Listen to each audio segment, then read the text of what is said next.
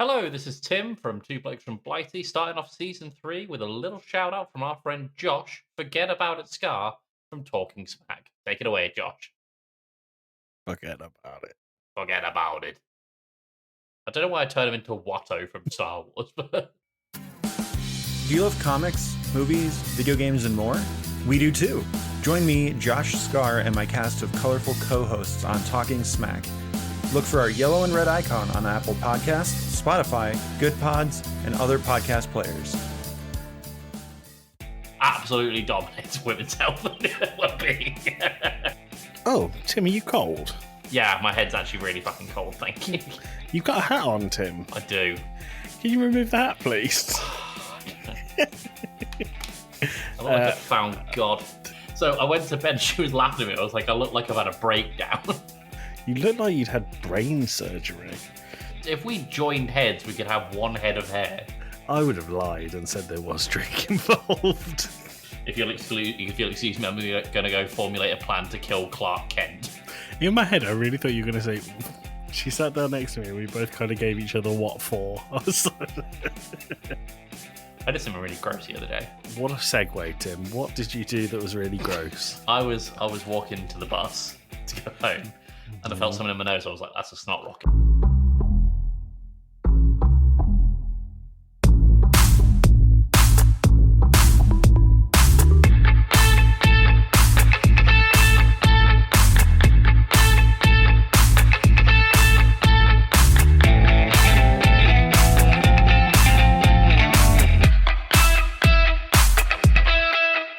It's not unusual to be loved by anyone. It's not unusual to have fun with anyone. Welcome back to Two Blokes from Blighty. I am one of your hosts, Joey Fitzgerald, and I'm joined by the unassuming Tim Fitzgerald.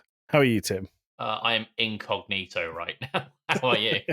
I'm not bad, thank you. I always think when it comes to Tom Jones, right? Because Ben and I were talking about this the other day. You know your comment about if you add the words nothing sexual, it really adds that whole they're going to do something sexual thing. Right. In this song, She's a Lady, he says, I never would abuse her, not once, but twice in really quick succession. I thought for a second that you were saying he says the lyrics are literally, I never would abuse her, not once, but twice in quick succession. Oh, no. He's like, I wouldn't ask very much, I never would abuse her. Something, I never would abuse her. I was like, why do you need to say that twice, Tom? Are you thinking that Tom Jones is abusing her? I'm not saying that he is. I don't want to get anyone in hot water, but it seems a little strange for him to have to defend himself so quickly twice in a song. I don't want to get anyone in hot water, much less myself. There you go. I don't want to be in any firing line today. Tim. Hello. Season 3. How does it feel? Like a new podcast, like a whole new show. Why does it feel new?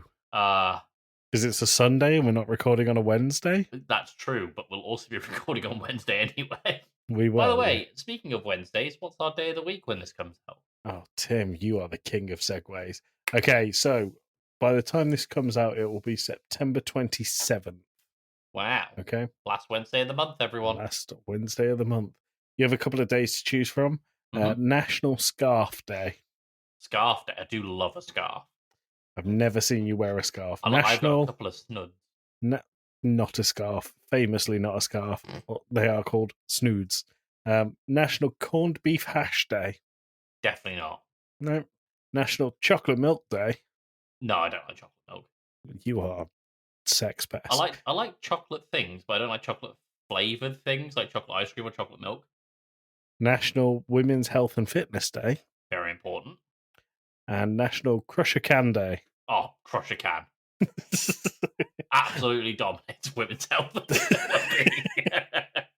Another white boy with a podcast. So that was Ooh, another white boy with a podcast.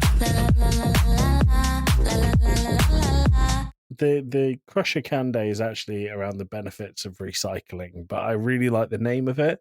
It was in the middle of the list that I had, but I knew you would choose it, so I saved it for last. Do you know, it's like squeezing a can of 7-Up. It's so depressing. Why did I agree season 3? So in true New Beginnings style, we're going to try something completely new. Oh, wait, no, we're not. Tim, what's the pub quiz question? Pub quiz question of the week is: what's the main character from the video game series Metal Gear Solid? Wow, I feel like that the ChatGPT set the bar very low for Well, I that asked one. it for a trivia quiz to do with video games, and it just kept on babbling to me about the Ocarina of Time. So someone's clearly fed a bunch of OOT shit into it. Oot. Oot. I know, I wanted oot bad. So Tim, are you cold? Yeah, my head's actually really fucking cold, thank you. You've got a hat on, Tim. I do. Can you remove the hat, please? I look like I found God.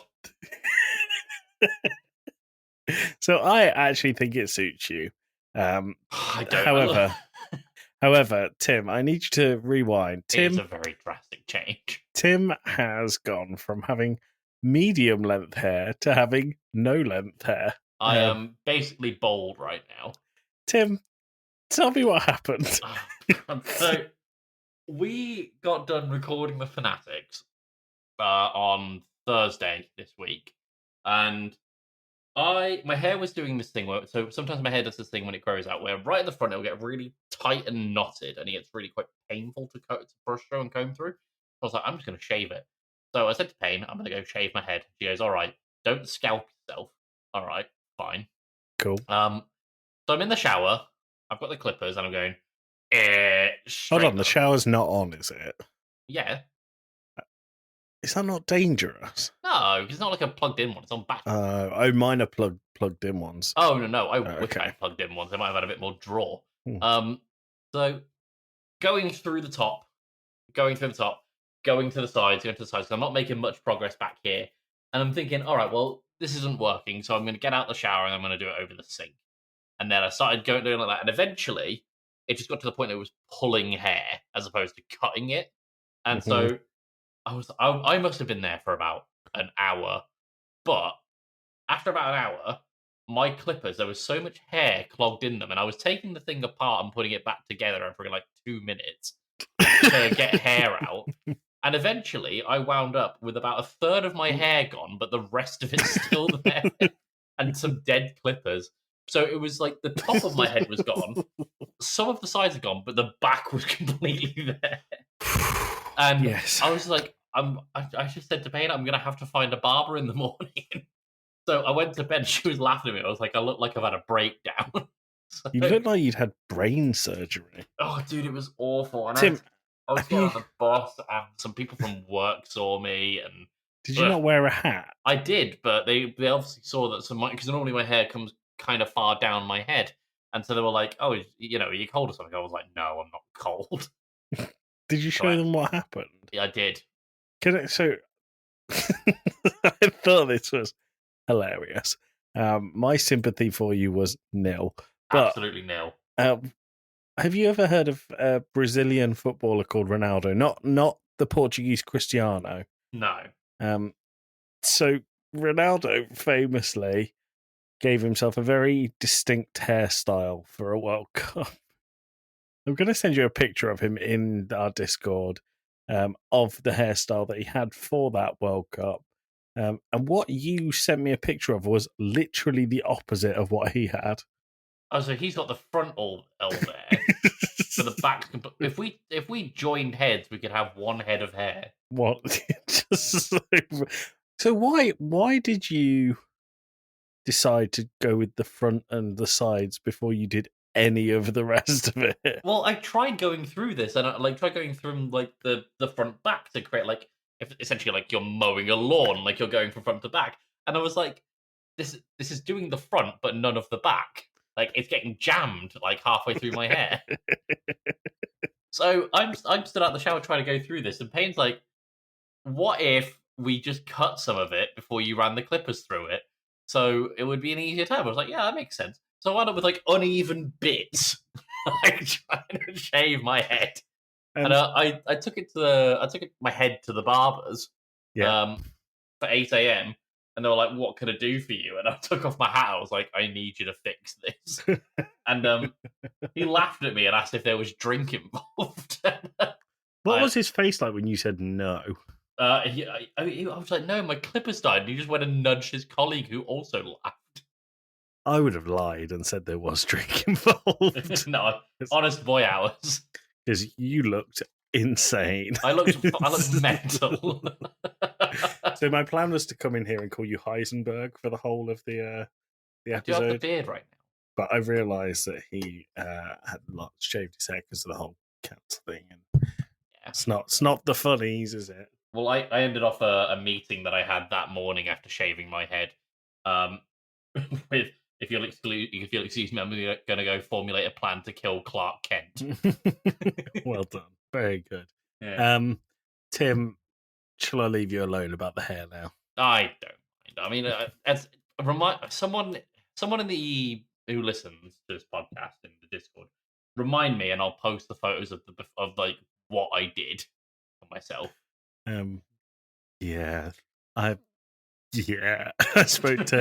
I spoke to Dad, and I told him what happened to you, and I expected him to be really sympathetic, but he laughed. No, he called me as well. He called me an idiot. Yeah, fair enough. Yeah. I had a strange interaction with someone on my was it work. A barber or? It was not a barber. So I was on my team's work night out. We went to this electric darts place.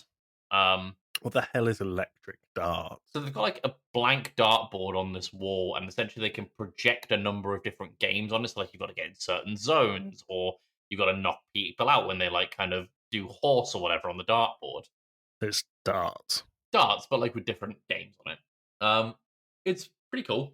Okay. So I look at the time and I look at the bus because the trains are out this week. So I was like, well, I've got to get an hour and a half bus home every day.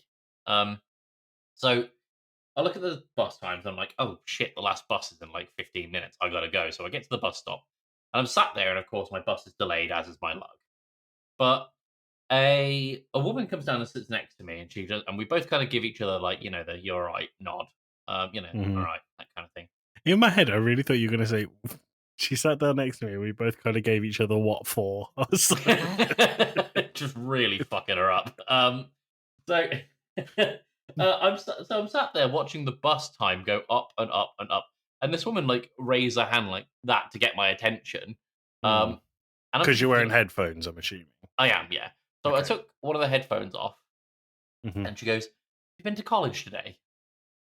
No, I'm in my 30s. And she goes, "Oh, all right." And I put my headphones back on. But damn, I look good for it. Well, I was thinking, I'll take the youth compliment. But then she raised her hand again to like get my attention. And I was like, I took off the headphones. I was like, yeah. And she goes, "Pretty nice weather, isn't it?" It was raining. And I was like, no, I don't think so, really. And she goes, "I like it." And then, like, without skipping a beat, she looked at me like dead in the eyes, like whipped her head round like this, and was like, "You can tell a lot about someone by what they think of the weather, can't you?" And I was like, yeah, you can. I put my headphones back on. And I saw my bus rack up, and I got up, and she got up. I was like, no. And it wound up she was getting on the bus behind me, but it was a very, very long 10 minutes of a strange interaction with someone on Bristol. Wow. Well, so I've been watching someone that you recommended to me ages ago, who I'm really enjoying, but the way you moved your head then really reminded me the way they moved theirs in their act, and that's Randy Feltface. Oh, Randy. Yeah, I really enjoyed it. Have you? I think you've watched his Randy Writes a Novel special. I have, yeah. Amongst other things. My favourite thing that he did was Racist Baby. Racist Baby's very good. Smug Druggies is an okay special. Yeah, I don't like the cutaways, though. Like, the actual stand-up's good. Halfway through, is it called Smug Druggies? Smug Druggies. Yeah. Oh, no, it's Smug Druggles. Smug Druggles, that's it. Yeah. When I saw him in Birmingham, he had this whole bit about this snake called the Australian Boomslanger. Cool. And he was just talking about, like, this is how he opened his act. He talked about how when the snake bites you, its venom is so strong that you bleed from every orifice of the body at the same time. And that's what kills you. But there has been no scientific, like, purpose found for, like, digestion or anything that the snake does this. So it does it to just be a piece of shit.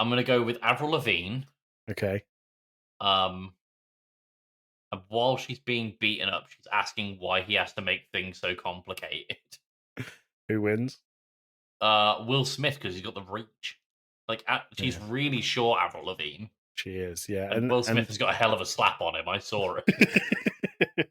And obviously, we know that the real Avril Lavigne is dead. So, of course, yeah.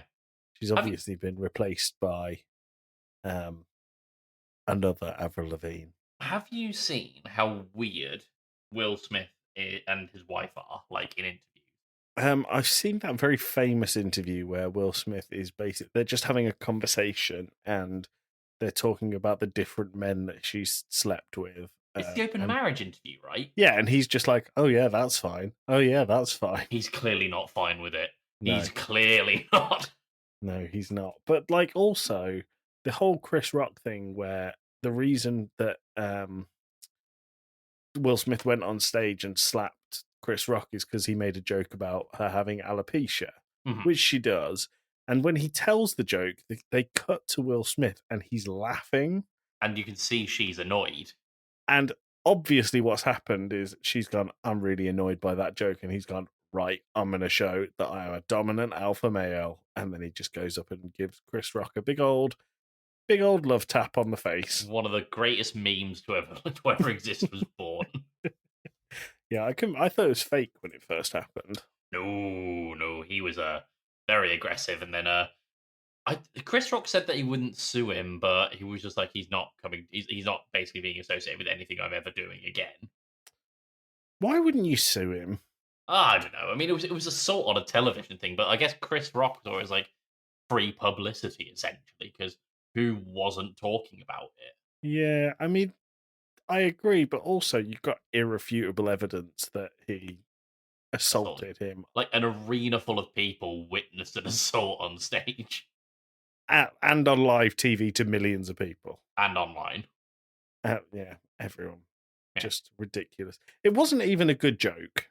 No, it was. I'm not going to say it was an offhand comment, but the joke didn't land particularly well. The joke was, he said, Jada Smith, I love you. I can't wait to see G.I. Jane 2. That was it. That's it.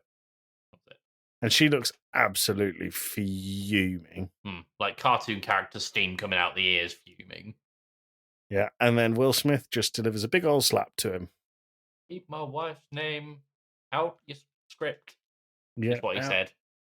Keep the name in the streets. What's Will Smith keeping his wife's name out of this week? That's a very good question. At the moment, he is keeping his wife's name out of the Japanese Grand Prix, which took place earlier today. How was that? I missed it.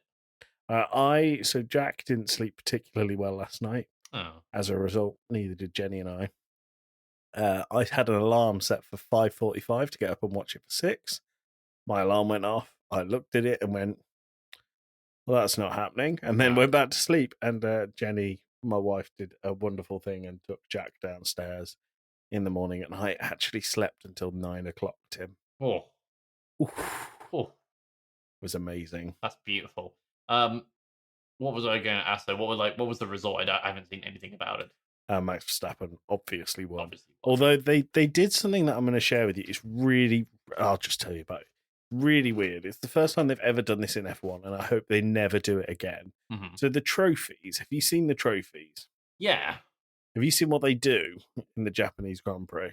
In the Japanese one. So for every race, the trophy is different. Mm-hmm. And this one is quite a tall, thin. It looks quite understated. It all looks like a white vase.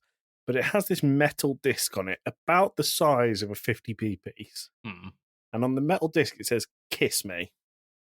Kiss and me. when the driver that is on the podium kisses it, the trophy lights up in the colours of their flag. I mean, that's very cool, but that's very strange. Is it cool? I think, it's certainly something different. I agree with you, it's different. Does that make it cool? Different is sometimes cool. Yes, that's not what I asked, though.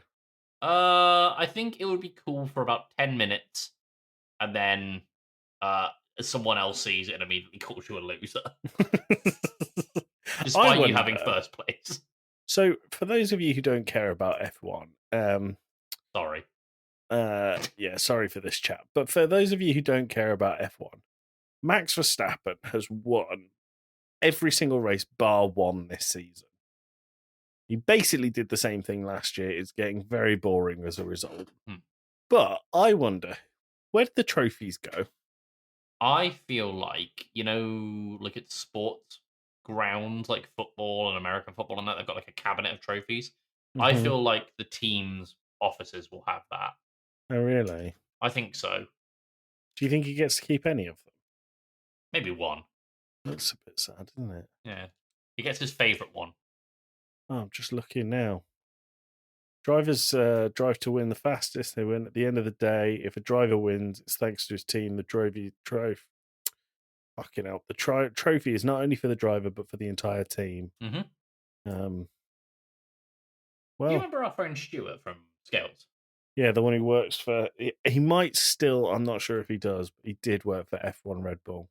No, wasn't it Renault? No, it was F1. Red Bull.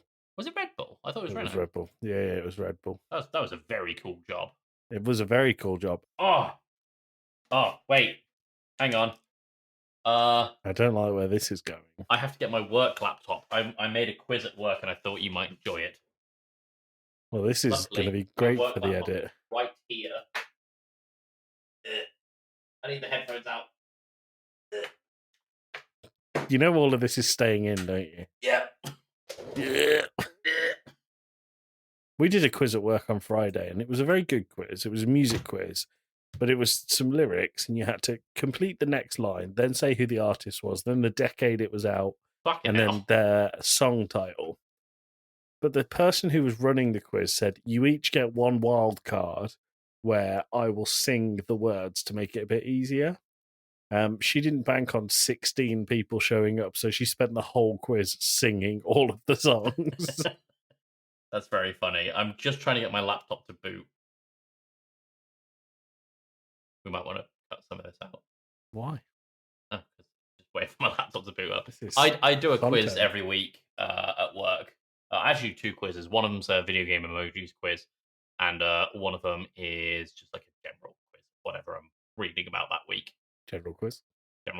Lieutenant answers. Sure. All right, I'm in. Where is my Hulk Hogan quiz? Brother. Oh, brother. So, this is a quiz. The question isn't, are these true or false statements?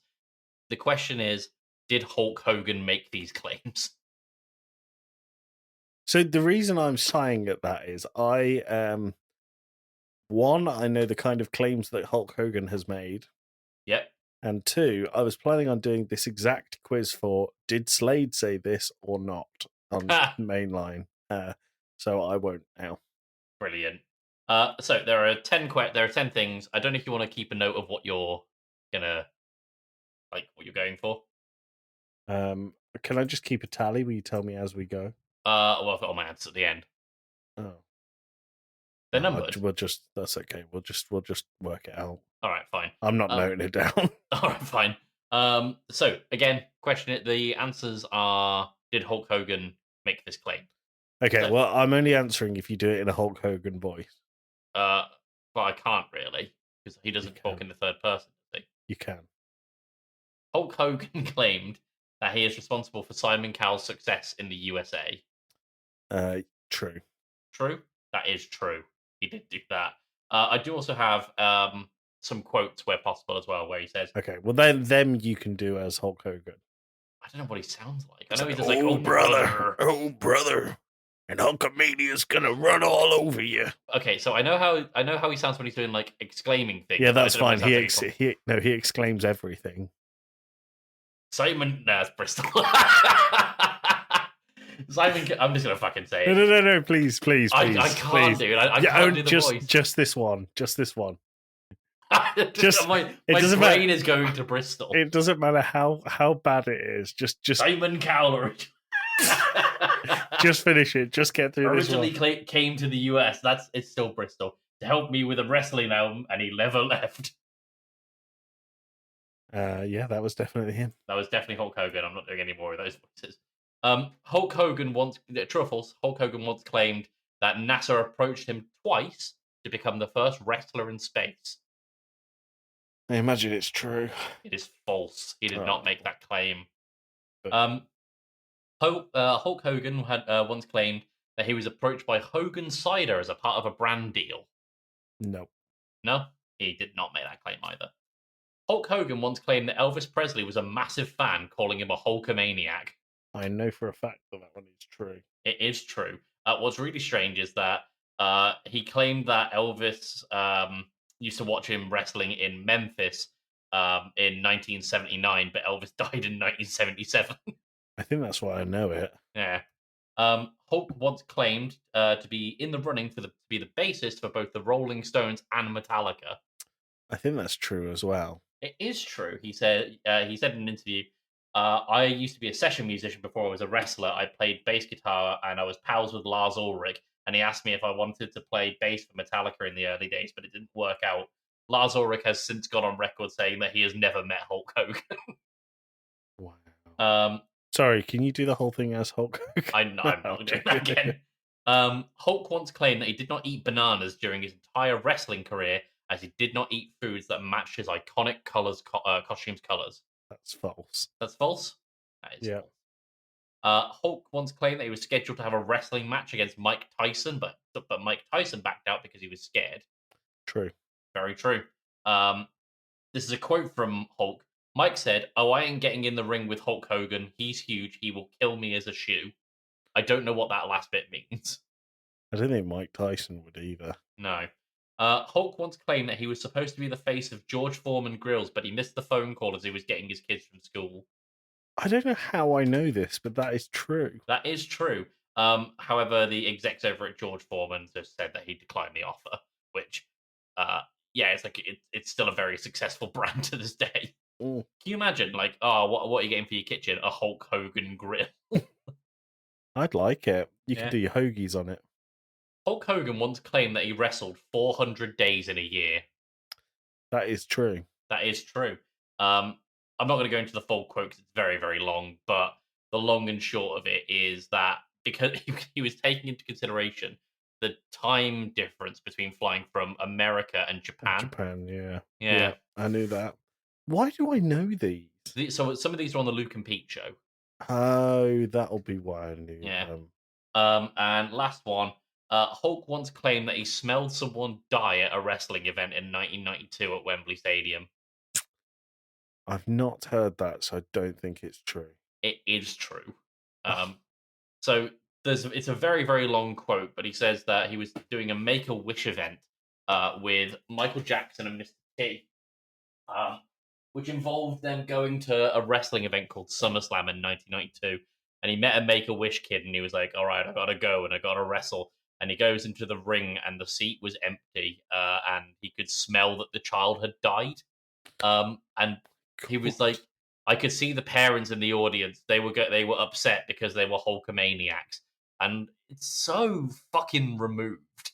Like, but if the kid had just died, why would the parents go? They're Hulkamaniacs. They're gonna go and watch Hulk Hogan. But he also claimed that he was also said in that quote that he got together after that with Cyndi Lauper and someone else, and he was like, I got to make a wrestling album as a tribute to this kid, and they got Simon Cowell in, and then a couple of years later, Simon Cowell was like, I have no idea what he's talking about.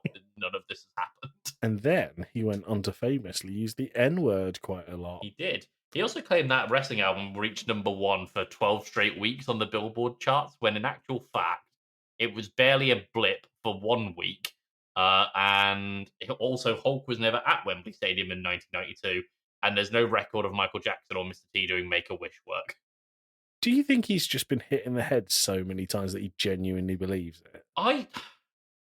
I think that he believes these things happened.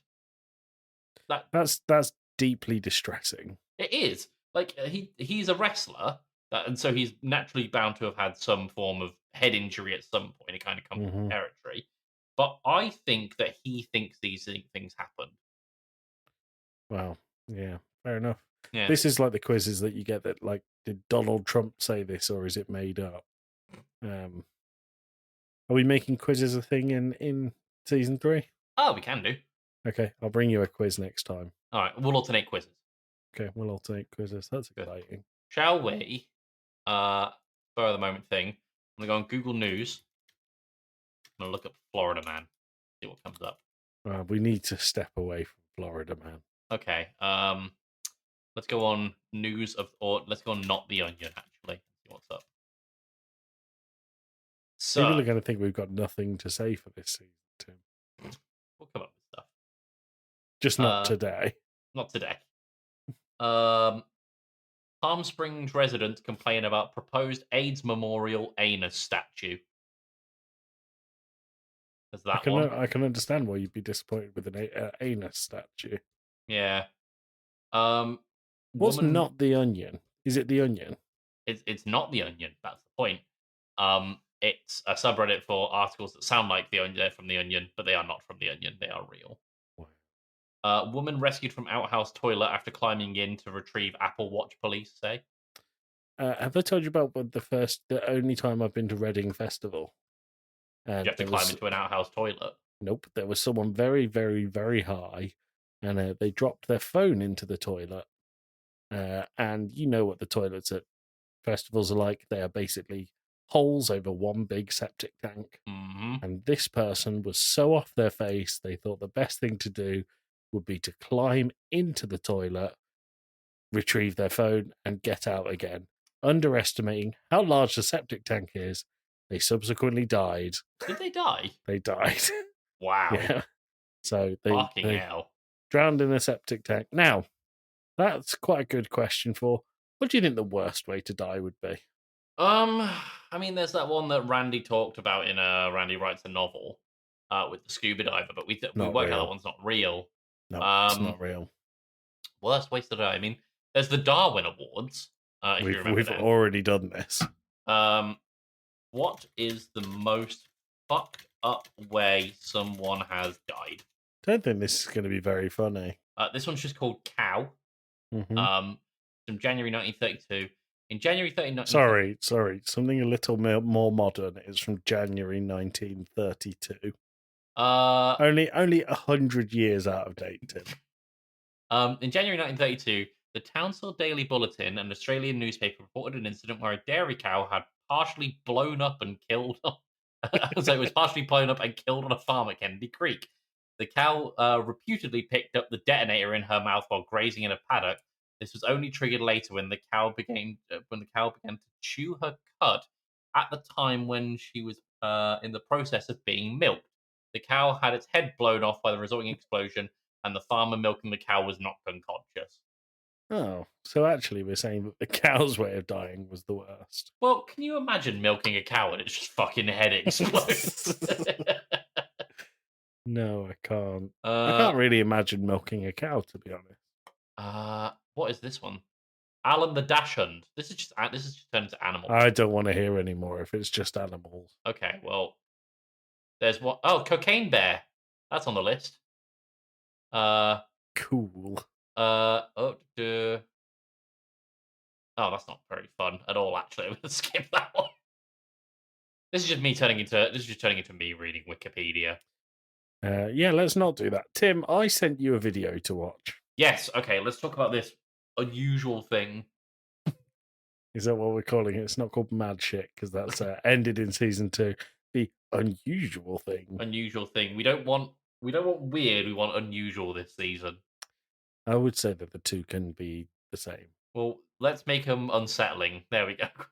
This was deeply unsettling. Tim, I sent you a 20-minute video to watch. Did you watch the whole thing? I watched the entire thing. Did you enjoy it? I watched it twice.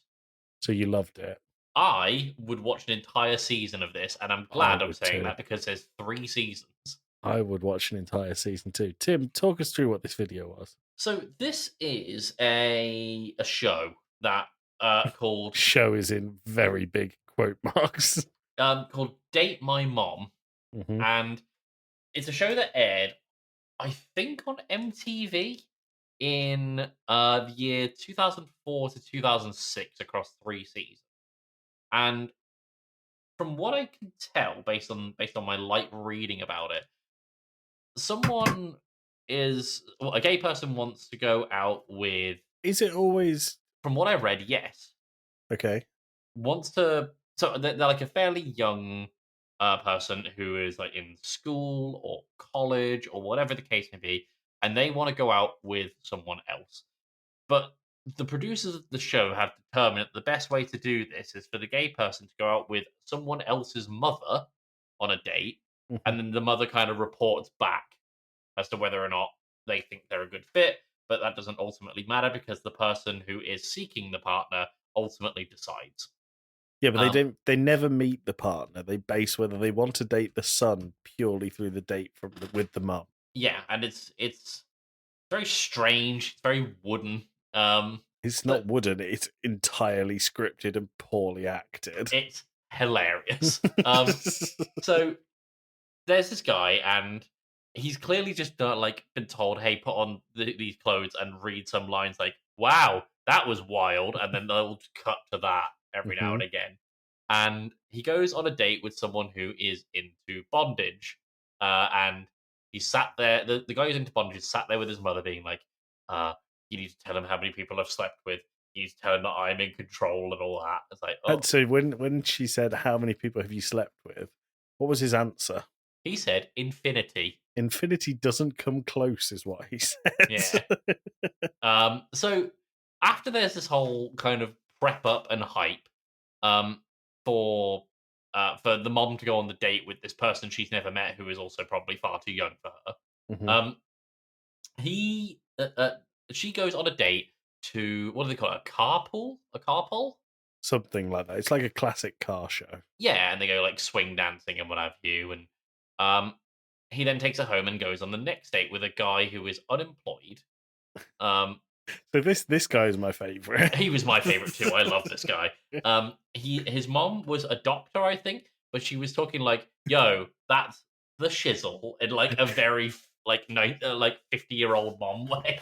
Yeah, but it was the thing that I really liked about it is it was a 50-year-old mom trying to be really cool, but it was encouraged by the son. And she was so seemingly middle class when she was going, "Yo, dog, what's the happy haps?" She was a gem. She was. I really like that the guy went, "Don't tell him I'm unemployed. He'll think I'm a loser. Tell him I'm a chauffeur." Yeah. It's very, very strange. And then the guy who is his name Jeremy or something. The main guy was Josh, I think. Something like that. And he and this 50-year-old doctor mom go on a date to dress up as Bonnie and Clyde. And I thought it was very funny. He said, let's take a photo and make it provocative. And she says, "Yeah, I can make it protractive for you." That was very funny. So they end up taking these photos, and he takes it home. And then the next one comes along, and she's like, "Oh yeah, I'm gonna go on this date with this guy." I don't remember what they do. The final one, they did a Mongolian barbecue. It was so offensive. It was. They put on like these horribly stereotypical traditionalist Mongolian hats, and basically sit in a park and barbecue noodles.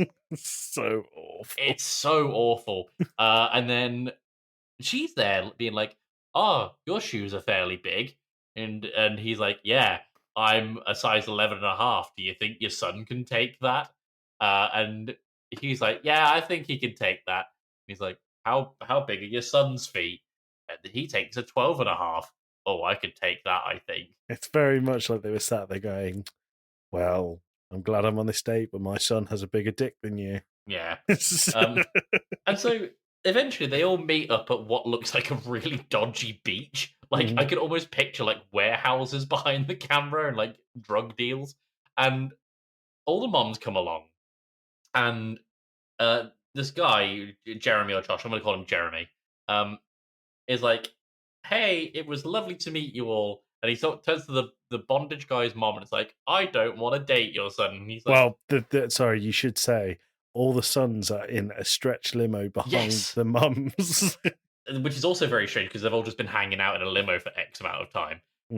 And he's like, I don't want to date your son. She goes, that's a big mistake. Here's what you could have missed out on. And the bondage son gets out of the car and they kind of look at him and he goes, oh. And then he makes a really off-color rape joke, being like, oh, no wonder he's into bondage because he wants people to be tied up so they can't run away. It's like, yeah. Oh my The God. main guy came off very like Disney Channel at the start, like the early Zac Efron. No, I was thinking more like Sweet Life and Zack and Cody, like right. It's the Disney Channel, super family friendly. I like all these family friendly things. And then when he got to the point where he was choosing the one that he wanted to date, he just made loads of really weird sex jokes. It was really strange. Then the next one comes out, and it's the mom with the son who's like is 19 and is pretending to be a chauffeur, and he's like, "I don't want to date your son," and she's like, "You're gonna miss out. Here is my bootylicious son, Nick." Well, no, what she says is, "You suck." Oh yeah, you suck. Here is my bootylicious son, Nick. And Nick gets out the car and kind of gives a look at the guy, and Jeremy looks at Nick and gags. By process of elimination, of course, it's the third one, but I guess they told the mom to like act like she doesn't know, despite her being there. And he goes, "Oh, I will date your son," and they get out and they have a kiss, and it cuts to like, I'm not going to call it an interview, but just like sound bites of each of the mother and children. But they're going, "Bite me, Jeremy," and then like it cuts to the mom with the bondage, and she's like, "I think Jeremy's a bitch," and then like it rolls credits from there. That's how it was wild. It was fantastic. That's the face. Thank you, Joey. I might even make that my Discord picture. I will share the episode in the Discord. It's phenomenal. It's just something else. It's incredible. It's only got 121,000 views on YouTube. It deserves at least 10 times that. Can we talk about how it was clearly just recorded off a TiVo because it was fast forwarding and rewinding through adverts? Yeah, it was like old school special. TiVo. But also the kiss at the end that they did wasn't just like a little, "This is the first time I've met you," peck on the lips. Like, it was a tongue-in. It was a serious tongue-in. Yeah. Jeremy's a bitch. And then the bondage guy pulls out a whip and cracks the whip and says, "He can't handle a master like me." And then the credits roll. Yeah. It was really fucking weird. Just awful. I want to find more weird dating shows and talk about them. We could do more on Date My Mum if we can find something. Or yeah, I'll send you something like this, or you can send me something. All right, cool. We'll talk about them. All right. You ever seen that show? Was it Naked Attraction? Yes, I have. It's still going. Yeah. I only saw it for the first time like last year, I think. A whole lot of dick. A lot of penis. A lot of penis. A lot of fanny on TV. Yeah. Not very good TV. No. But I remember watching one episode, and to give the premise of the show, someone comes on, it's like, "I'm looking for love," and there's like these different coloured capsules on stage, and round by round, they lift like the box around the capsule slowly so you can see more and more of the person. It starts off with like their feet, and it gets to like their legs, and then it gets to like their genits, and then it gets to like their torso, and then their head. And the whole point is that you're getting more and more detail, and each round someone is eliminated. And I remember watching one where, because what they'll normally do is they'll go on a date, they'll probably fuck if we're being real, and then very bold assumption, Tim. Well, normally what happens, it's the implication of the whole. Well, that's what normally happens when you date someone. I mean it's normally quite the opposite. And what they'll do is they'll get them back in a room together like 4 or something weeks later to be like, "Are you still dating? How'd it go?" And there was one episode that I saw there where they were like, "This person and this person refused to be in the same room again." Like, what happened? That is wild. That is wild. Anyway, Tim, we're hitting that time now, so let's do plugs and then we'll get out of here. I've still got the Wikipedia of unusual deaths up. A 52-year-old man from Massachusetts died after eating a bag and a half of black licorice every day for weeks. Because apparently it caused very low potassium levels and his heart just stopped. Deserved it, in my opinion. Well, yeah, for plugs, When Bembo and Everything, Blue Sky, yada, yada, yada. Listen to our other shows on Game Club Pod, please and thanks. Also, follow Slade Plays Games on Twitter, Twitch, and Slade Plays Games with a Z on Blue Sky, Slade's Life on Instagram, and listen to Between Two Pods. Amazing. Good. Do you think he likes that I plugged him? Oh no, let's rephrase that. Do you think he likes that I advertise his stuff? Yeah, I think he likes you plug-in. Good. Good. Tim, anything you want to say to the listener? Quiz question. Oh God, yeah, it's the answer Solid Snake. Yeah, correct. It's Solid Snake. That's about it. I've just looked over to my left monitor and could see the guy making the face again. We'll share the video of Date My Mum in the Discord on Wednesday, so look out for that one. Yeah. All right, well, we'll see you next week, everyone. Take that, you bastards. Take that, you bastards. See you next week.